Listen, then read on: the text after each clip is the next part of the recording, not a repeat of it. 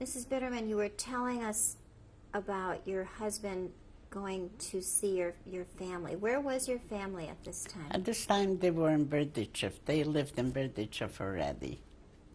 And so to continue with the story, he came there? He came, and as I said, my mother protected him, and then his sister did find out that he's there, and she called him. He came there, and he died in Berlin in the 1944. That's what they told me. What if he stayed with my parents? He would not gone to the front and would have survived. And his mother, you had stayed with his mother for a while?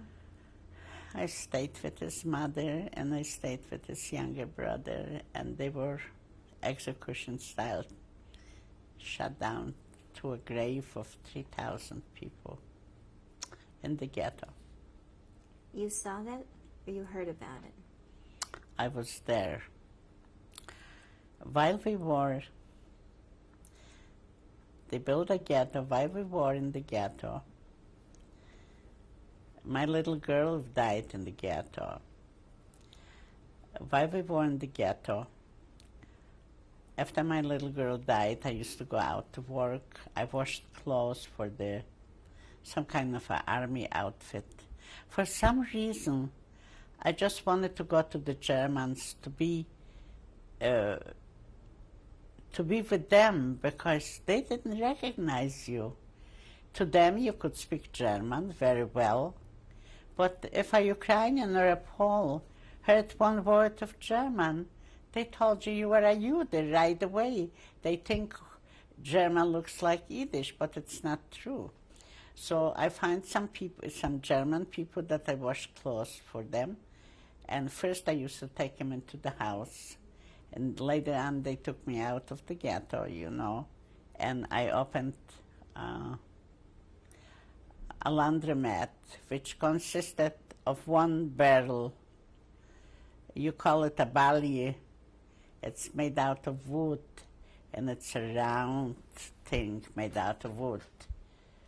And you washed in this with a board, with a scrubbing board, and their linen were so hard, were not white linen like we have. So I was out of the ghetto and in of the ghetto, and one time we heard a rumor that all the professional people, like shoemakers, tailors, carpenters, all people that they can use, will be getting a piece of paper, and they'll be alive, and the rest they shot. I was the first one, Sandy, that I went to this German man. He was a military man, and he gave me a piece of paper. And I could not do anything for them. As I say, at this time, you only cared for yourself. You were so selfish. You wanted to survive. You wanted to live. Life was so precious. And besides, you didn't want to be shut down by a Nazi. And a week later, they divided the ghetto. And all those people that didn't have anything, they shot them in the ghetto, execution style. They told me that the grave was moving, overflowing with human blood. I didn't see it because I couldn't see it. And at that time, that's when your mother-in-law and yes, her son were shot? Yes. And what were their names? I think her name was Rachel Wuhu, I think, and his name was Chaim.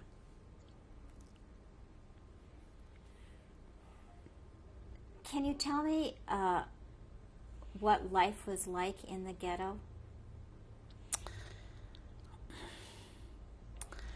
life in the ghetto was very frightened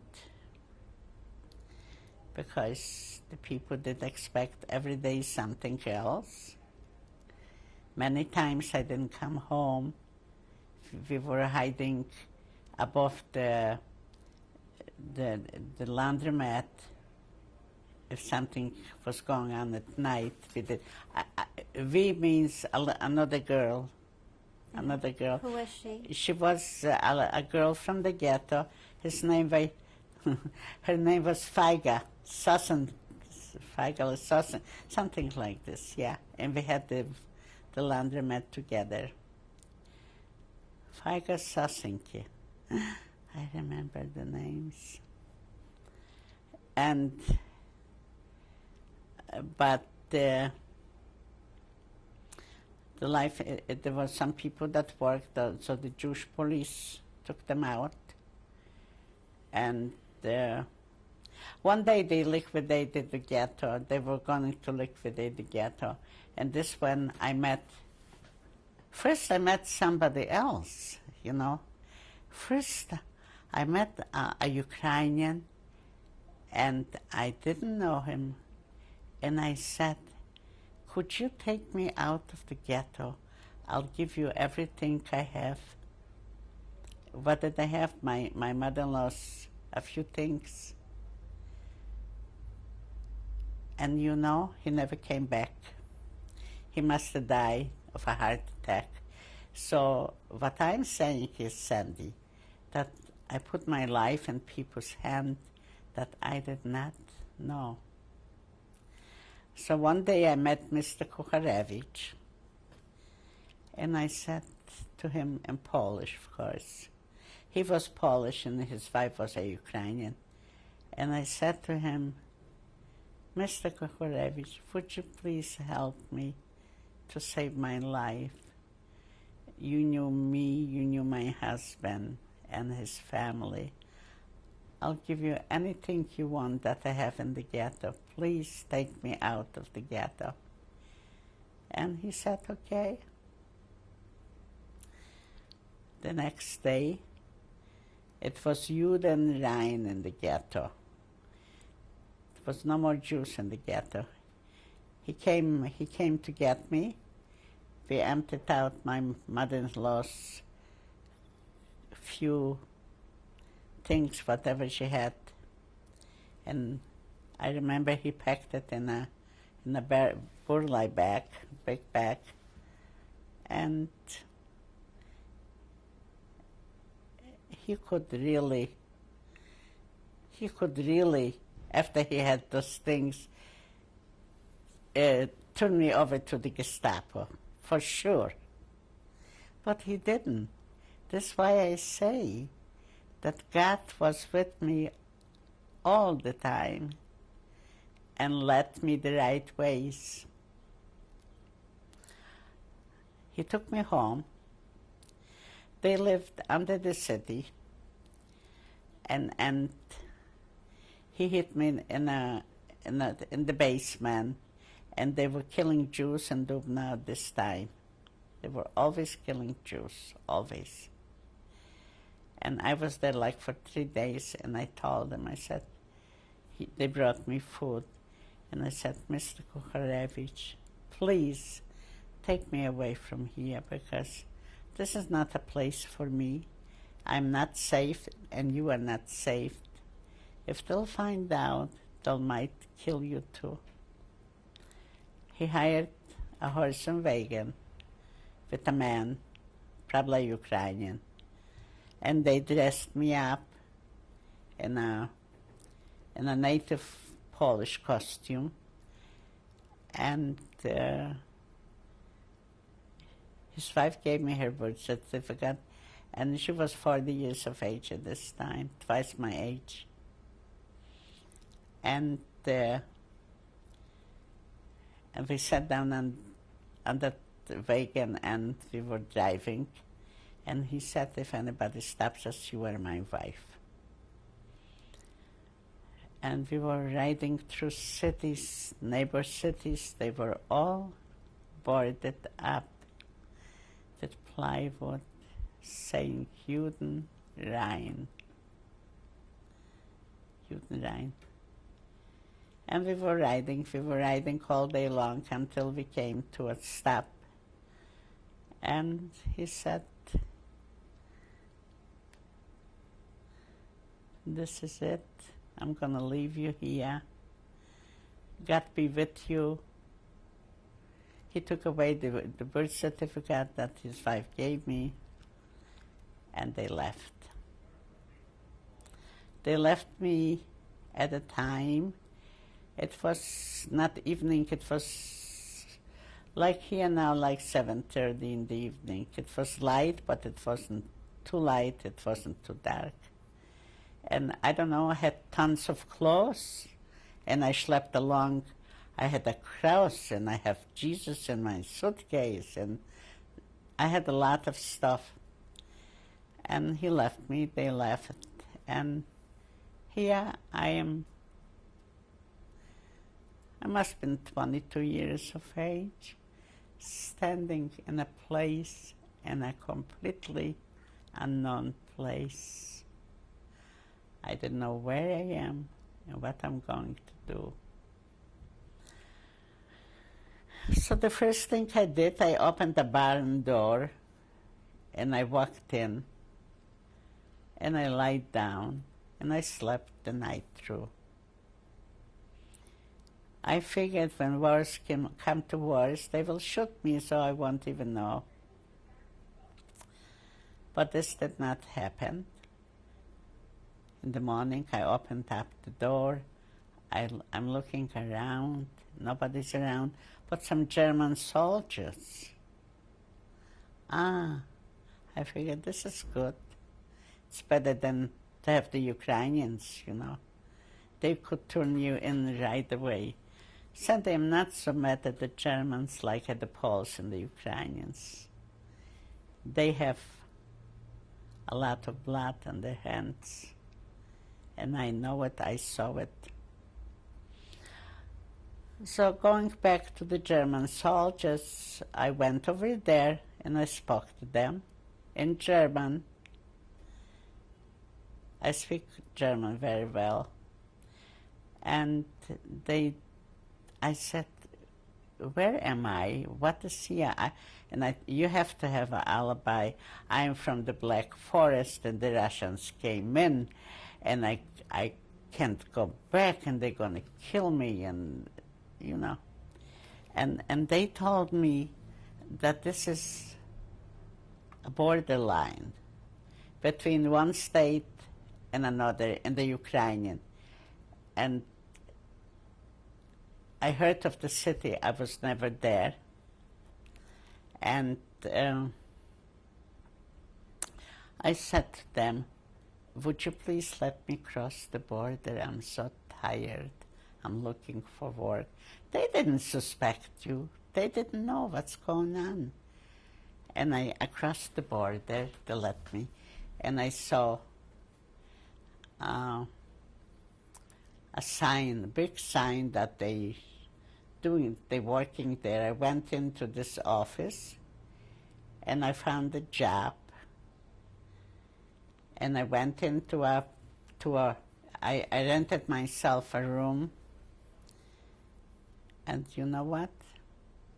In 8 days, I felt that my souls are burning up because they're watching me already.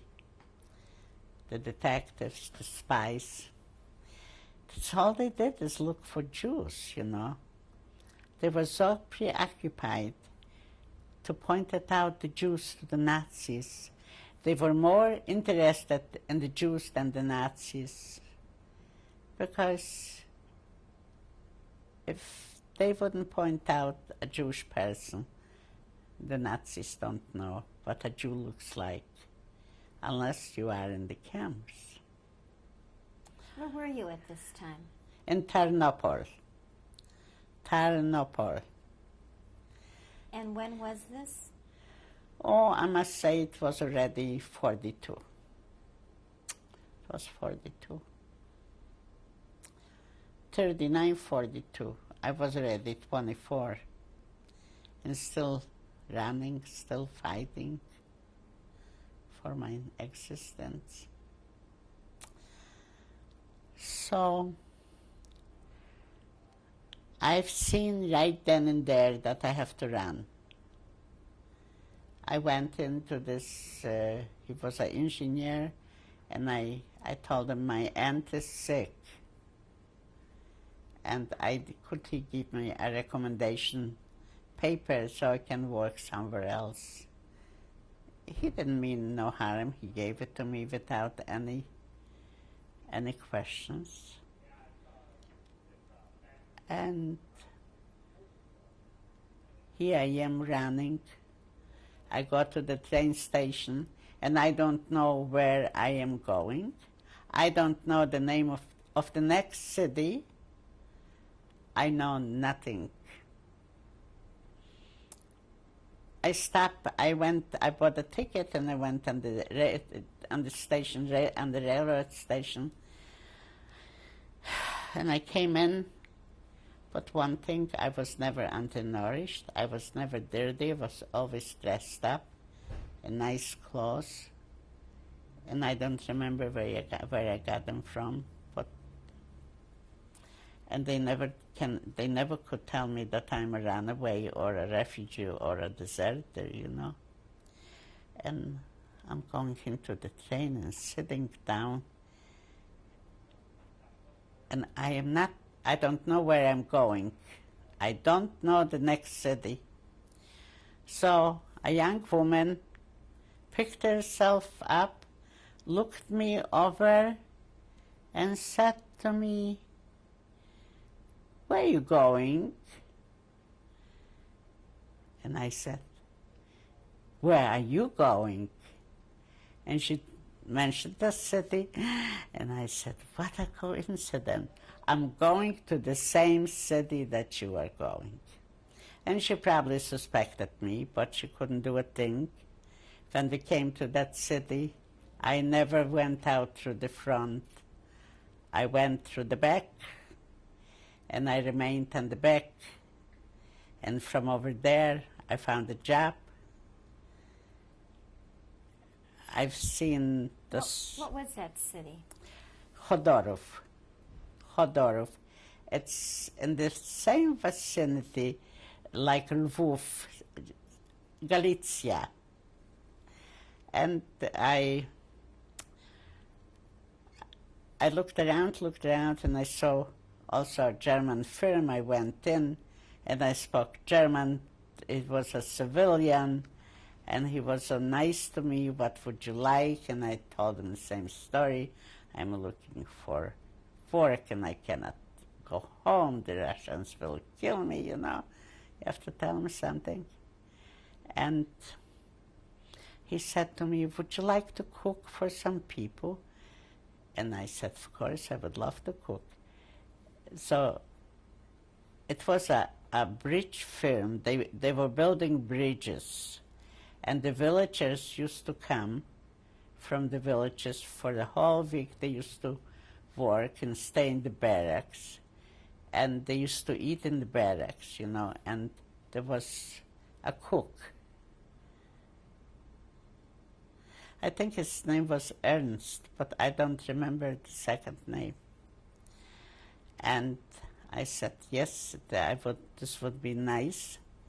And he said, "Come back tomorrow and you'll get a job." I said, "I cannot come back tomorrow. I have no place to go. So I have no place to stay." So he took me to a hotel and told the clerk not to bother me. He'll pick me up tomorrow morning. And he picked me up, and they were killing Jews in that city. Killing Jews. And I, right away they made me, like they built me a little room with a closet from, you know, they took some space, and I had a bed, and I had a closet, and I was already a mensch. And I worked for them, and I was registered in the city hall. I was registered in the city hall. By what name? Maria Kukharevich, yeah. No other name. During this time, I forgot who I am and who I was and where I came from. I forgot the Yiddish language. I was never taught of nothing.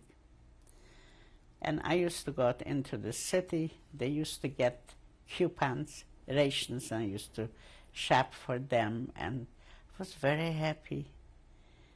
And at one time, that engineer said to me, Maria, you work too hard. I want to give you some help. And I said to him, Herr Engineer, I'm fine, I don't need help. But then, meanwhile, at this time that I was working for them, they had several, how do you say, extensions, you know, they had several cities that they had the same company. How do they call this? Affiliate organizations? Yeah. No. They had in two cities, they did the same thing. And a young man came from another city when I started to work there and saw me. And this was right in the beginning. And he told me that he's from Breslau, that he has a wife and a daughter. I'm looking for him now after 50 years. Well, I couldn't do it sooner. I just didn't do it. Well, who was this? What's his name? His name was a German engineer that lived in Breslau. And he took very much interest in me. He basically felt bad about the whole thing, that I'm away from home and that I'm so alone and I left my parents. And he used to come every week to see me. And when he used to go home, he used to bring me clothes from his wife. He had one daughter. And when this engineer said he's going to give me help, and she came in, that she was a Ukrainian woman, and she took one look at me, and she had said, Żydówka means Jude. And believe you me, I didn't look like Jewish at all. And I don't know why the stereotype people are looking for something special in Jews. Jews are like any other nationality. They don't have specific looks. And I said, what are you saying in Polish? I am not Jewish. And at this time, times are started to get bad for me. I've noticed all the agents, the detectives, and I knew everybody. I must have been a year there. And this was where? Chodorów. And I said, one time Fritz came out, and I said, Fritz, I have to go away from here. And he already heard the rumors, but he did not tell me or ask me. So he helped me. He took my suitcases with him. I don't know, I was in a shed in a field for a long time until I went out of there. I ran away from the place of work and I stopped. There was like an empty house in a field, and I was there for a long time. In the evening, I went to Stry, from Chodorów to Stry, to meet him, and he was waiting for me in the front of the, where, you know, when you go out, and he took me away to his working place where the people were welding, a welding factory. Who was Fritz again? Fritz was the... This was the man that used to come from a different city that took interest in me. One of the engineers. And what was his last name? Quabus. And what was the name of the company you were working for? Who, I? Yeah. They were building bridges. I was just cooking, you know. And I came over there in the evening, and he was there, and he locked me up overnight in the factory where they were welding during the day. In the morning he came, he got me out before the workers came. And we went in somewhere for coffee, and he said to me, Maria, I don't care who you are and what you are. And if this is true, what Olga says, I would like to teach her a lesson. And I said, "9." I'm not. You couldn't trust anybody. And at this time, this was a day when they were always killing Jews. They were always killing Jews in every city. He took me to a main street. This was in Stri. Stri is a very large city in Galicia. It's not far away from Lvov. If I would have a map, I could show you. It's not far away. But I was not familiar with all the streets, with all the cities. I never lived there. Geographically, I knew about them because you go to school and you learn history and geography and geometry. So I knew about those places, but I've never been there in my life. So we walked, and we walked to a main street. And there was those trucks were going through with SS men and rifles. They were taking Jews to the slaughterhouse. And on the sidewalk, there was a young man sitting up, and every truck went through, they shot at him. He jumped, and he couldn't die. And as long as my eyes are open, I will never forget that scene. And when I saw this, I said, we have to go. From this point on, he never asked me. I'm certain that he understood who I was, but he never asked me again. And from Stri, I went away to a, you call it like, it's a kurort. It's like, how do you say kurort? You go to a dacha. People used to go there for fresh air, for good air. A spa? A resort.